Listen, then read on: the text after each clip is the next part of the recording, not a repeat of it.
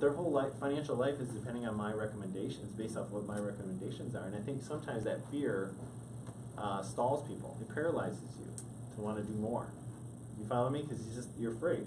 So we want to provide more training, more education on how to build plans for folks. And as Angelo mentioned the other week, that not every plan, it's an opinion, right? Not every plan is created the same. It's all your viewpoint. But if you can hear multiple examples of different solutions for maybe even the same type, you'll start formulating what you should be doing, right? Yes. And that's how you build your confidence.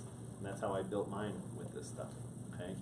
So, and remember, just always try to keep this in mind, is that don't focus on the commission. If you focus on the commission, it'll catch up to you. Right. It really will. And if you don't focus on the commission, you'll make a lot more commission. The client will keep coming back to you. A lot of goodwill. A lot of goodwill. Todd and I talked this morning.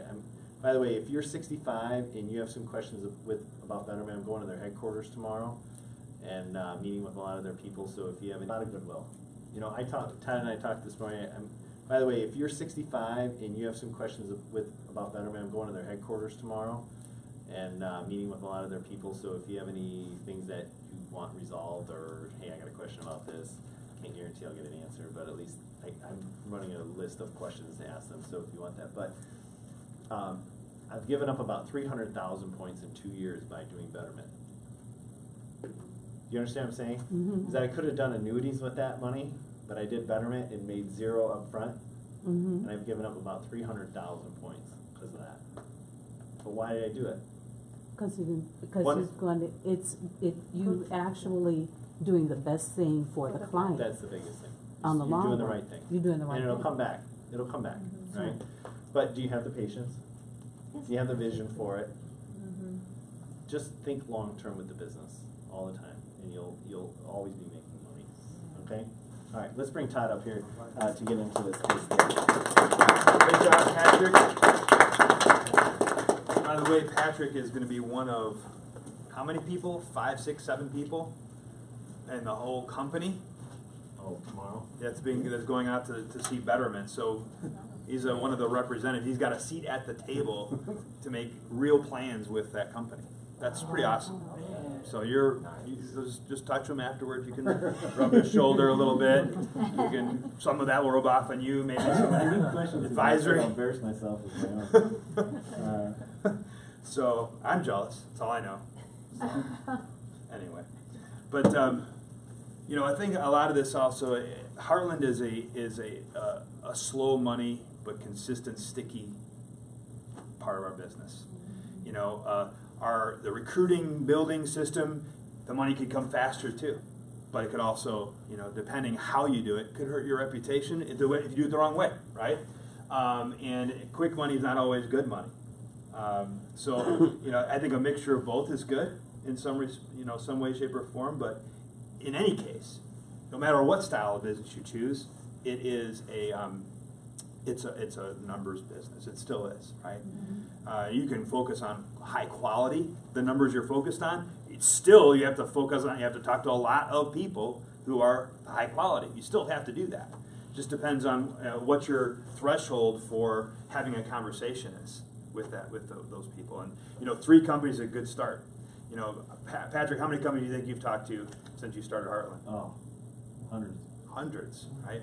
So it's just a hey, just keep going, because it does work. No question, it does. Don't get disappointed if it doesn't work right away, right?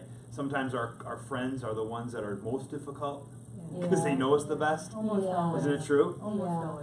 And but keep at it. So what we're going to do, we're going to have a make the case Monday here. And by the way, this is the last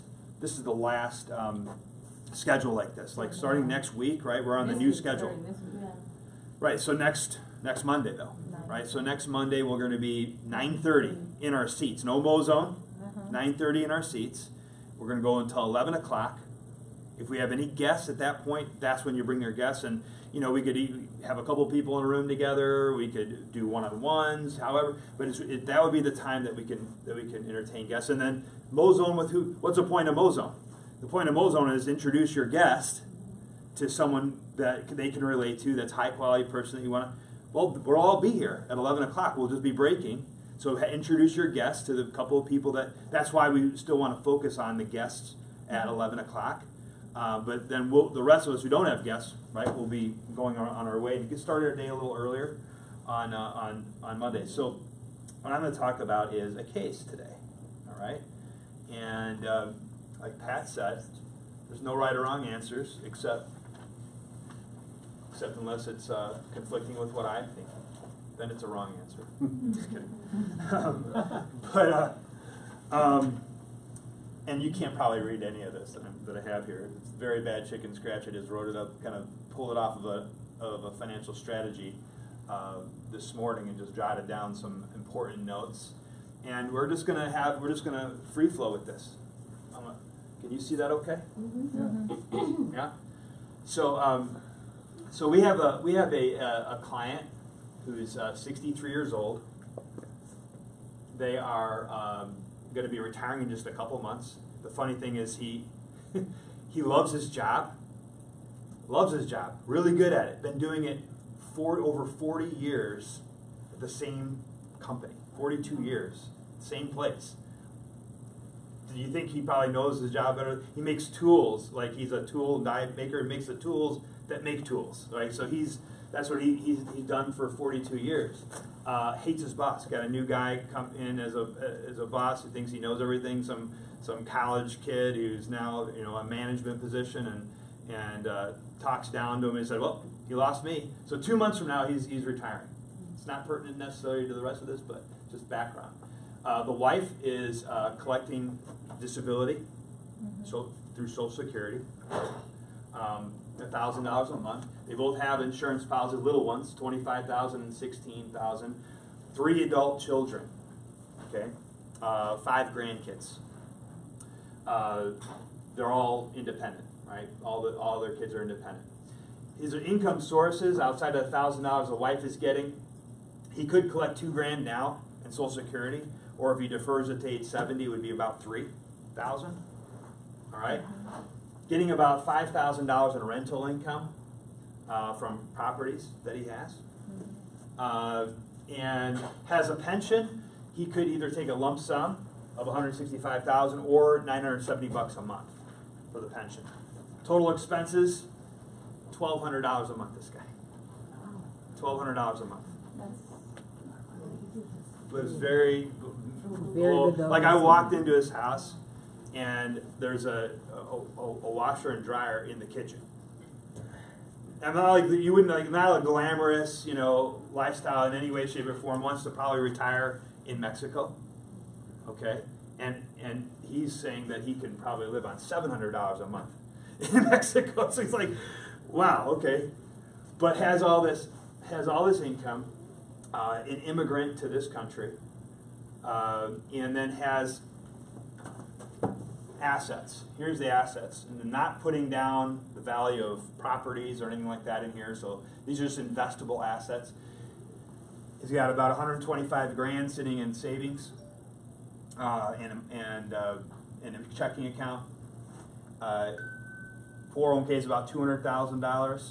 You got the pension we talked about that could either be a lump sum or income, and nothing in the tax exempt bucket. Major goal for this person is to leave a legacy for the family. Thoughts? Who'd like to go first? Todd? Yeah. I'd like to take questions or thoughts? Both. Okay. I would look at that $970 a month and see if we have a company that could beat that as far as an annuity goes. Okay. But if not, I guess that. When you say biggest goal, leaving a legacy, I would look at the properties to see the value of each, and what is he thinking about his children, as far as do all of them get an equal split, or is one favored over another? So I think that's where I would begin. Okay. So talking more about the income from the properties and thinking more in an estate planning Well, way? giving them the houses, because I have a client who changed her mind about her oldest daughter and now wants her youngest daughter to get the house. So, determining how that goes, because if something were to happen, you don't want the siblings screaming and crying to each other. They're gonna know in advance what the mom's directives are, wishes. That's interesting you say that, and this is what really had the person be intrigued when we spoke, is I did talk about an estate plan. I talked about an estate plan and maybe having these houses, because he was saying the same thing, putting the house in the kids' names, right? Mm-hmm. Except, remember what we heard from the Thursday night? Yeah. What happens to the cost basis? The cost basis starts at that point, and so when there's a death at that point, it's a much bigger tax bill. So that's where we start talking about putting in a trust, right, and having access to that, and that was very intriguing. So that's right on those lines, okay. And I'll touch on the pension conversation in a second. Yes, I had a suggestion was what I would say, even if they're not ready for a trust or something, I would create 3 LLCs, make each of the child a partner and the husband and wife partner in those individual LLCs. So the kids know what they're getting, but have it written that the parents will retain the income, the rental income till they are alive, and it only goes back to the children. Because when it's an LLC, then there's no tax aspect of it when they get the property to them. Okay. So I would think a little differently, a little out of the box, and show them that this can be done, which probably nobody has spoken to them. Then come back to their rental expenses. Their expenses, which is just $1,200 a month. So even if they choose to live over here, we look at that 125K sitting in the savings. It's in the bank. It's depreciating. Do something about that. Maybe talk about that needs to be split into 2 kind of investments. Maybe a Transamerica, Transalpha kind of a thing, and partly into an annuity. Okay. All right. Well, look at that. How is their health? Good question. He's a diabetic, and she's on disability. Okay. So you're taking second die policy? Life insurance is the easiest and the cheapest way to protect an asset like this. So I was thinking more on the line of life insurance, but if their health is not really that good, but still, it's good to take a yes. It's possible with a second because, die, because you don't have to have as much right. Underwriting, right? Right. So if for second die policy, you guys know what that is, right?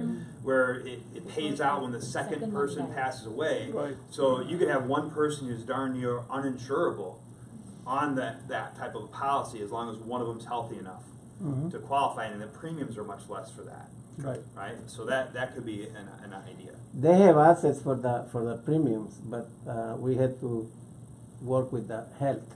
Right. It's very important. With the health. Right. Okay. I like that. Anything else? Yeah. If leaving a legacy is important to them, one need that I don't see covered is long-term care. Because if one of them really gets sick, all those assets are going to have to be depleted. So maybe looking at Nationwide Care Matters, taking that $125,000, and also turn it into a death benefit in addition to the lump sum amount for the long-term care. Because you don't want to liquidate all those assets. Now you have nothing to leave because you got sick and didn't have coverage. Yeah. Yeah, but the wife's on disability. She's probably not going to qualify. Yeah, she's not going to qualify. Yeah, the wife. Anytime you see disability, Shantae knows this, and it could be for the husband might qualify. But when you see someone's collecting disability, Uncle Sam does a really good job of doing their own underwriting. Yeah. Really good job before they'll give anyone disability. Yeah. Which means it's pretty bad. Yeah, usually. Not all, but usually. And insurance companies, if they know you're on disability, they don't want to touch you because they say, hey, the government already did their work already. Yeah. Unless it's second to die. Unless it's second to die. Exactly. That would be another option, right? So that's a good, I like those from an insurance standpoint. Okay. Anything else we're noticing here, or ways we can improve their position on any of this stuff? Just kind of, you know, these are some foundational things we're talking about. What are some other actionable items that could that may be important to them from a legacy standpoint?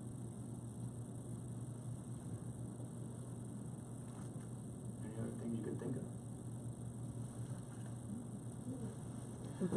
The only thing, like you said about their health, with the pension, the lump sum is $165K. People are living longer, even if they have certain disabilities, because of the fact that if he takes the lump sum amount, that's going to be about 60% less than if he, you know, doing the tables of their life expectancy, because the wife would still be able to get half of that. Maybe. That's on the straight life. There's lesser amounts for available. There's a whole breakdown. Okay. Right. So yeah. So that's why I say just roughly that. That's about that 165 is about 60% less than what he would actually recover if he say 63. He lives to be another 20 years or so, or about 86. Let me ask you this question: Mm-hmm. If they decide to take income on that, what's left for the heirs? What if he uses the pension as income? What's left for the heirs?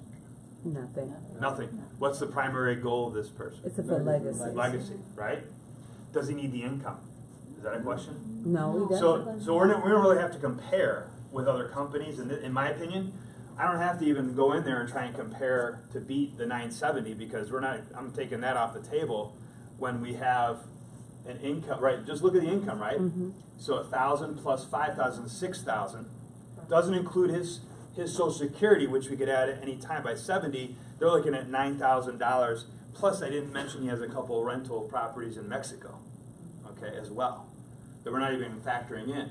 So we're looking at it at like by 70, a $9,000 a month income with $1,000 a month lifestyle. Down there, medical and stuff is a lot cheaper in Mexico as well. And he's told me, how much cheaper it is to get different things done down there. Health insurance is a little different situation, right? So, I mean, maybe with that amount of income is enough to pay for even long-term care. He could be self-insured, possibly, with that as well. But not saying that's not a good idea. But I'm trying. So I would look personally at this 165, trying to find a way to leave that as a legacy. But do you see a problem with that if that were the case? If it's in this? Yeah, because we don't know what the taxes are going to be later on down the road when we pull out that money. Yeah, and if it's in this bucket, what do we already know that means? RMDs, required minimum distribution. By 70 At 70 and a half, they have to start taking it out. Right, or lose half of it. And they don't want to, because there's no need for the income. Right. Correct? Right. They don't need the income. Yeah? I was going to say you could do kind of a planned rollover where every year you're rolling over a certain amount. You pay the